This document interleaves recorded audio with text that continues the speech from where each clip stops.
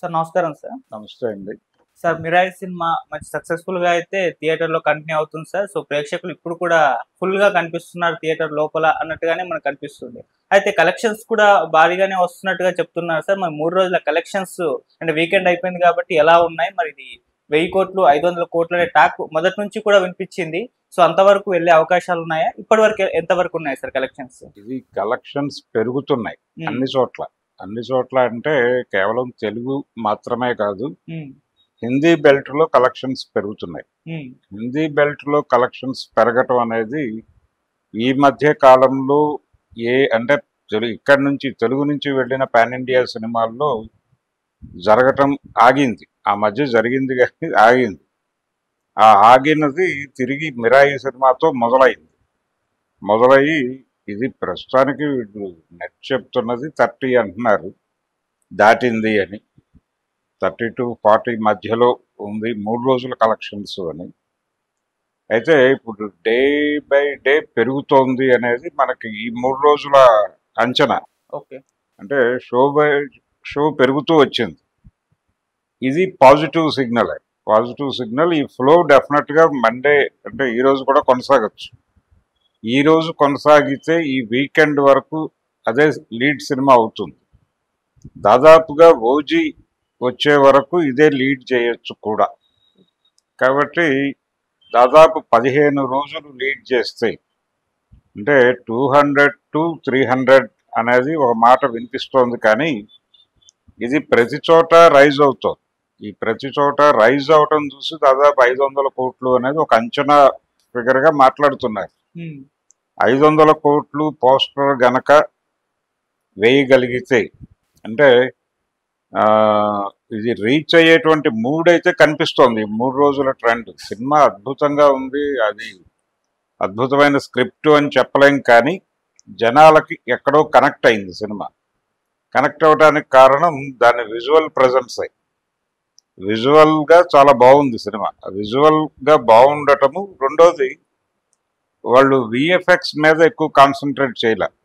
అంటే blue mat షూట్లకి చాలా తక్కువ వెళ్ళారంటే ఆ పక్షి భాగం ఒకటి ఉంది, ట్రైన్ ఎపిసోడ్ ఒకటి ఉంది, ఆ మిరాయికి సంబంధించిన ఎపిసోడ్ ఒకటి ఉంది, అంతవరకే వెళ్ళారు తప్ప మిగిలిన అంటే సినిమాలో విఎఫ్ఎక్స్కి అవకాశం ఉన్న స్క్రిప్టే అయినప్పటికీ వాంటెడ్గానే వాళ్ళు వెళ్ళలేదు. చాలా రీజనబుల్గానే అంటే న్యాచురల్ లొకేషన్స్లోనే చేశారు.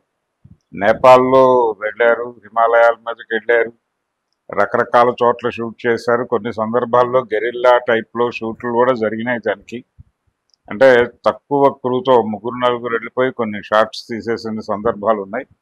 ఇక్కడ డైరెక్టరు, సినిమాటోగ్రాఫరు ఒకటే కావటం అనేది ఒక అడ్వాంటేజ్ ఈ సినిమాకి. ఇలా రకరకాలుగా ఆ సినిమాని ఎలాగో తను అనుకున్న పాయింట్ని తెర మీదకు తీసుకురావటం కోసం ఒక కష్టం పడ్డాడు అతను. ఆ కష్టం కనిపించింది.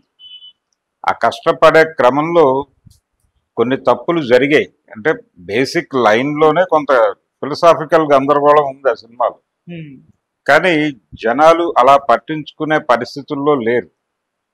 వాళ్ళకి అంటే చాలా సందర్భాల్లో ఇలాగే జరుగుతుంది. లాజిక్ లేని సినిమాలు కూడా పెద్ద హిట్లు అవుతాయి.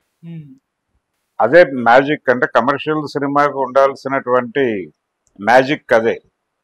ఎన్టీ రామారావు గారి సినిమాలకు కూడా పాజిటివ్ రివ్యూస్ ఏమి వచ్చేవి కాదు ఆ రోజుల్లో కూడా.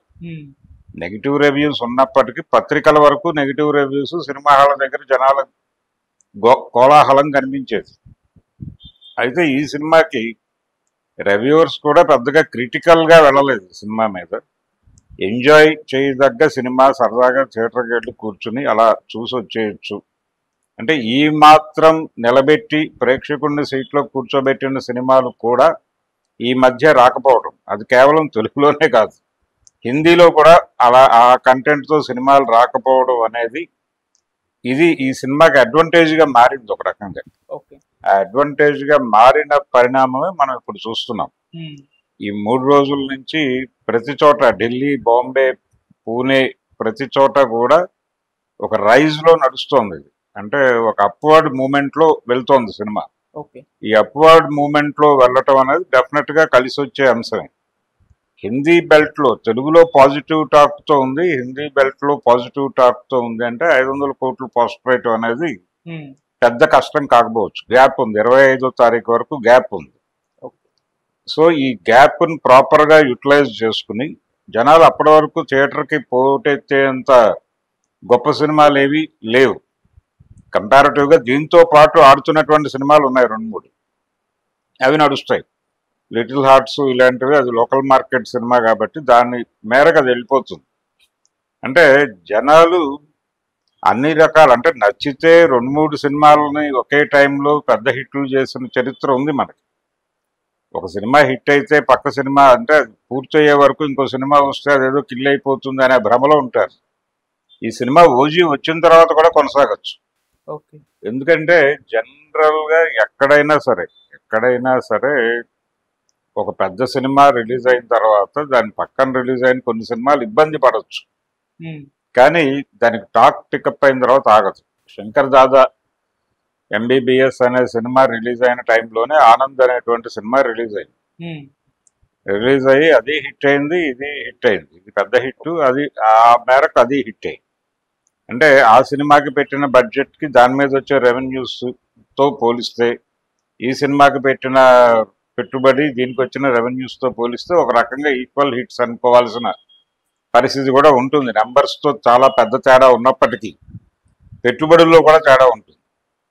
అందుకని మిరాయి సినిమాకి వచ్చేసరికి వీళ్ళు పెద్ద సినిమాగా ప్రొజెక్ట్ చేశారు, కానీ దాన్ని మేకింగ్ సైడు వాళ్ళు చాలా అంటే కట్టుదిట్టమైనటువంటి ఒక బడ్జెట్ సినిమాకి ఎంత కేర్ తీసుకుని చేస్తారో అంత కేర్ తీసుకుని చేశారు. ఆ కేర్ తీసుకోవటము, దాన్ని ఎగ్జిక్యూట్ చేయటము ఎందుకు సాధ్యమైందంటే విజువల్గా ఈ కథని ఊహించింది ఒక సినిమాటోగ్రాఫర్. జనరల్గా కెమెరా అనేది ఒక డైరెక్టర్ తన ఊహల్ని, అంటే తను విన్న కథని, తను రాసుకున్న స్క్రిప్ట్ని ఒక కుంచెతో ఎలాగైతే ఒక ఆర్టిస్టు తెర మీద గీస్తాడో, ఓ పేపర్ మీద బొమ్మేస్తాడో, అదే పద్ధతిలో తెర మీద ఒక కెమెరా అనేటువంటి కుంచెతో బొమ్మేస్తాడు డైరెక్టర్. ఇక్కడ డైరెక్టరే విజువలైజ్ చేసుకున్న కథ ఇది కాబట్టి ఆ అడ్వాంటేజ్ సినిమా బడ్జెట్లో కూడా కనిపిస్తుంది. ఆ బడ్జెట్లో కనిపించటము అనే దాని వల్ల ఇది భారీగా కనిపిస్తోంది, కానీ సినిమా ఇది ఈ లెవెల్లో వర్కౌట్ అవ్వటం అనేది సక్సెస్ పరంగా చాలా పెద్ద విజయంగా చెప్పుకోవాలి. అందుకని చాలా అడ్వాంటేజెస్ ఉన్నాయి మిరాయి సినిమాకి. అంటే సాంకేతికంగా అది చాలా బెటర్ సినిమా, చాలా పద్ధతిగా వెళ్ళారు. విఎఫ్ఎక్స్ పరిమితుల్లో వాడారు. ఆ పక్షి వ్యవహారం వరకు మాత్రమే వాడారు, ఆ ట్రైన్ ఎపిసోడ్ వరకు ఇలాంటివి వాడారు తప్ప ఎక్కువ అతిగా ఆధారపడి ఉంటే అది కొంత ఇబ్బంది పెట్టి ఉండేది. ఏది ఎంతవరకు వెళ్ళాలా మోతాదు తెలిసినటువంటి డైరెక్టర్గా అతను ఒక ఇమేజ్ కూడా సంపాదించుకున్నాడు జనాలు. అతను ఇంతకు ముందు ఏం చేశాడు అనే చరిత్రలో కూడా ఎవరు వెళ్ళట్లేదు. చందు మొండేటితో అతని ట్రావెల్ అవేవి ప్రస్తుతం చర్చించుకోవడం లేదు ప్రపంచం. అతను ఇప్పుడు నెక్స్ట్ ఇంకో పిక్చర్ మేబీ బాబీ చిరంజీవి కాంబినేషన్లో రాబోతున్న సినిమాకి ఈయనే సినిమాటోగ్రాఫర్ అనేటువంటి ఒక మాట వినిపిస్తోంది. అది ఇంకా అధికారిక సమాచారం కాదు, కానీ ఒక బెటర్ టెక్నీషియన్, అతను మంచి డైరెక్టర్. అంటే గతంలో సినిమాటోగ్రాఫర్స్ అద్భుత విజయాలు సాధించిన దర్శకులుగా మారిన సందర్భాలు మనం అనేకం చూసాం. బాలు మహేంద్ర లాంటి వాళ్ళు ఉన్నారు, గోవింద్ నిహలానీ లాంటి వాళ్ళు ఉన్నారు, తేజ ఉన్నాడు మనకి తెలుగులో. అలా సినిమాటోగ్రఫీ నుంచి సినిమా అంటేనే కెమెరా కాబట్టి కెమెరా పరమైన జ్ఞానం ఉన్నవాళ్ళు మంచి సినిమాలు తీయగలుగుతారు, బెటర్ కంటెంట్ ఇవ్వగలుగుతారు. అలా టెక్నీషియన్ సినిమా తీయటం అనేది డెఫినెట్గా అడ్వాంటేజ్ అవుతుంది సినిమాకి. ఆ అడ్వాంటేజ్ ప్రొడ్యూసర్కి కలిసి వస్తుంది ఇక్కడ. అందుకని ఇది డెఫినెట్గా మేకింగ్ పరంగా చూస్తే, అంటే అది 500 కోట్లు ఫిగర్ వేసినా కానీ, పోస్టర్ వేసినా కానీ అది 1000 కోట్లుగానే భావించాల్సి ఉంటుంది. దానికి పెట్టిన పెట్టుబడి, దానికి చేసినటువంటి వ్యవహారంతో కంపేర్ చేస్తే అది బిగ్ రెవెన్యూ కింద చెప్పుకోవాలి. అంటే మీరు భారీగా చేసి 200 కోట్లు 300 కోట్లు పెట్టి 500 కోట్లు 600 కోట్లు పోస్టర్ వేస్తే వచ్చేటువంటి ఆనందం కంటే కూడా ఈ బడ్జెట్ లో తీసి ఈ లెవెల్ సక్సెస్ కొట్టడం వలన వచ్చేటువంటి మార్జిన్ చాలా పెద్దగా ఉంటుంది. ఆ అడ్వాంటేజ్